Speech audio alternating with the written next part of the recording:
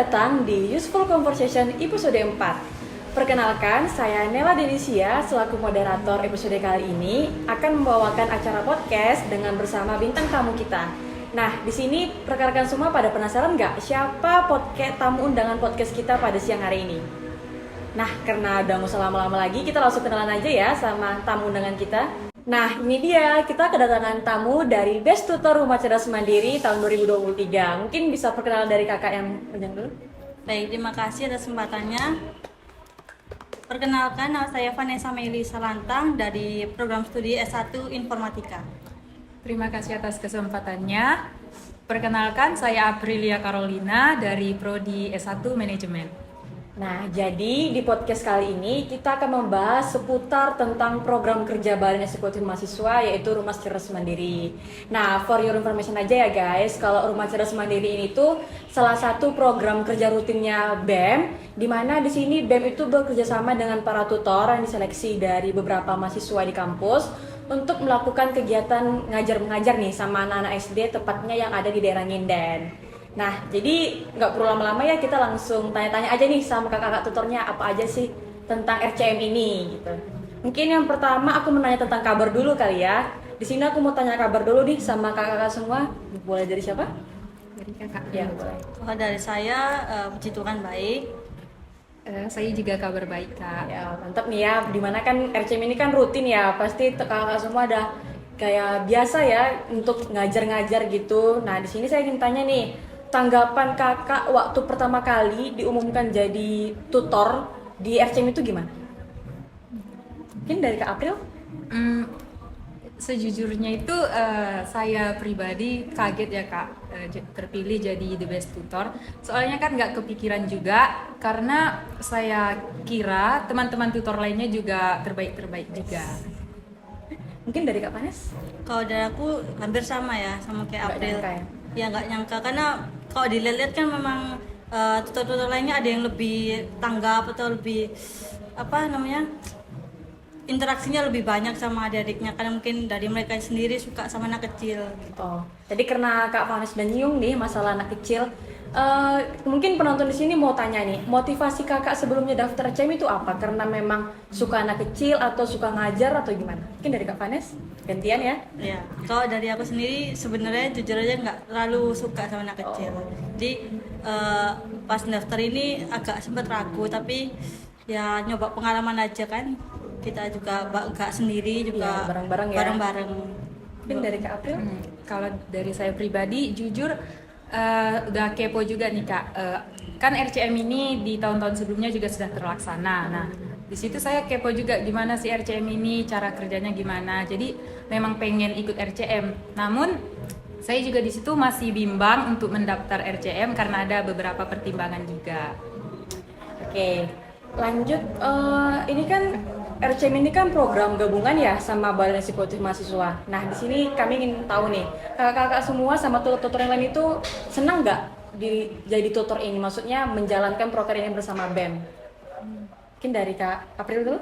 Oh, kalau dari saya pribadi senang nih Kak bisa bekerja sama dengan BEM dan juga tutor-tutor lainnya yang berbeda program studi. Jadi di situ kan teman jadi bertambah, pengalaman juga jadi bertambah seperti itu.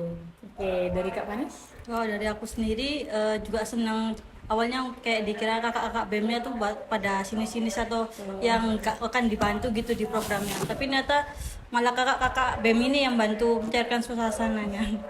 Oke, nah di sini kita lanjut pertanyaan mengenai jadwal. Nah, kalau teman-teman mau tahu nih, RCM itu jadwalnya itu dilaksanain setiap hari Sabtu jam 3. Jadi kan di sini para tutor kan join juga nih sama organisasi yang ada di kampus. Jadi mereka ada 2 organisasi gitu. Nah, di sini teman-teman pasti nanya gimana sih cara tutor-tutor RCM itu ngatur waktunya biar nggak saling tabrakan sama kegiatan organisasinya gitu. Tapi sambil jalan juga sebagai tutor. Mungkin dari Kak Panes? Oke, baik. Kalau dari aku sendiri kan 2 organisasi aku Kak, dari Hima sama UKM Paskib. Jadi kalau aku ngatur waktunya, semisal ditunjuk jadi panitia di proker, mungkin request untuk jadi panitia yang bekerja Ringan gitu ya? tidak di berjob test di hari H. Di hari ya, benar sih. Mungkin dari Kak April? Hampir sama sih Kak dengan rekan Vanes. Kalau misal program kerjanya bentrok dengan RCM, nah di situ biasanya aku minta izin sama mungkin manajernya untuk agar tidak berjob desk di Hari H. hari H. Nah, namun kalau misalnya program kerjanya itu non rutin yang jarang dilakukan di UKM ku itu, jadi aku itu bisa minta izin ke kakak-kakak BEM-nya biar nggak mengikuti RCM. Oke, berarti tergantung prioritas juga ya kan? Iya. Oke, lanjut. Ya, kami kepo nih, kesan pesan kakak sebagai tutor terbaik RCM tahun 2023. Mungkin dari Kak April, Aduh. kesan pesan gitu sebagai tutor paling best. Yes. Jujur awalnya kan tadi saya nggak kepikiran Nyangka, nih ya. nggak menyangka terpilih jadi the best tutor. Nah, pastinya bersyukur juga kan Kak kalau terpilih jadi the best tutor.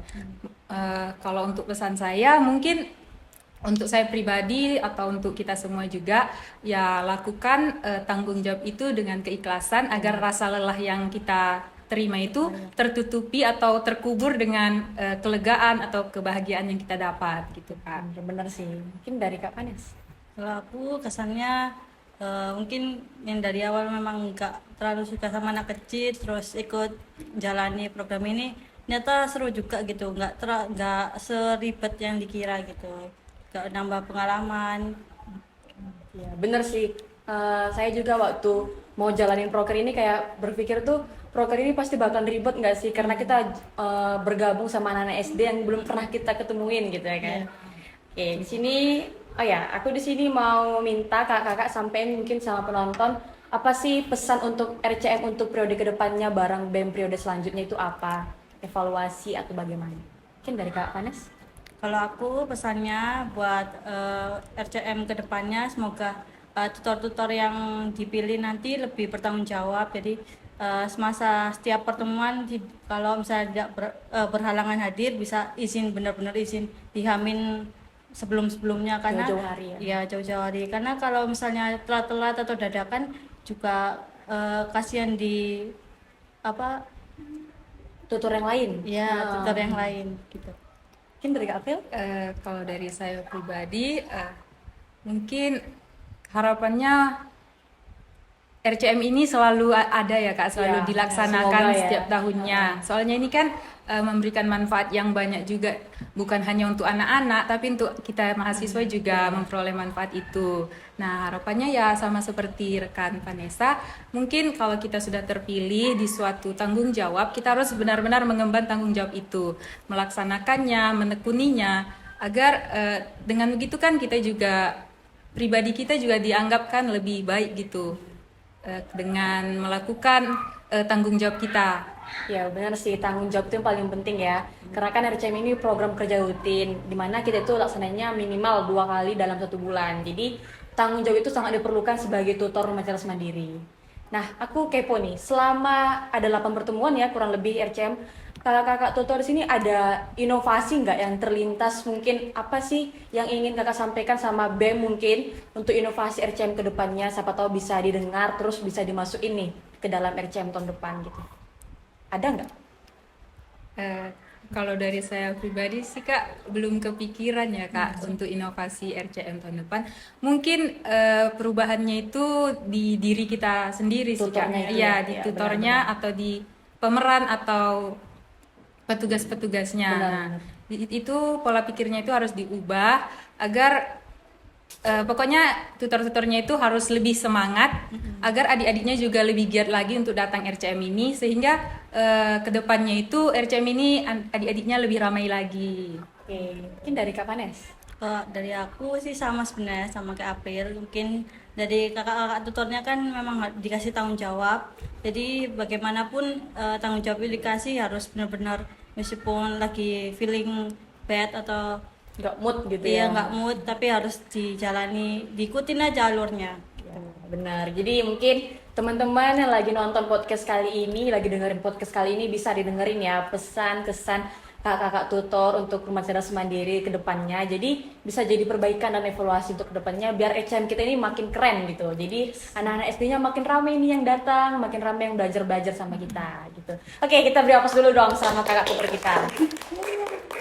Oke, nggak terasa ya podcast kali ini udah selesai nih sesi tanya jawabnya. Jadi di sini aku sebagai moderator ingin mengucapkan terima kasih sama Kak April, Kak Vanes yang udah bersedia untuk jadi pembicara di podcast kali ini. Nah, di sini mungkin itu aja ya podcast kali ini. Saya Nela selaku moderator pada diskon 4 kali ini pamit undur diri. Semoga apa yang tadi Kakak tutor sampaikan kepada teman-teman pendengar bisa menjadi manfaat untuk kita ke depannya. Oke, sekian, bye. Nah, udah selesai kan Useful Conversation episode 4-nya. Jangan lupa untuk like, Komen. share, And subscribe. YouTube dan Spotify-nya BEM Perbana Surabaya. Dadah! Dadah.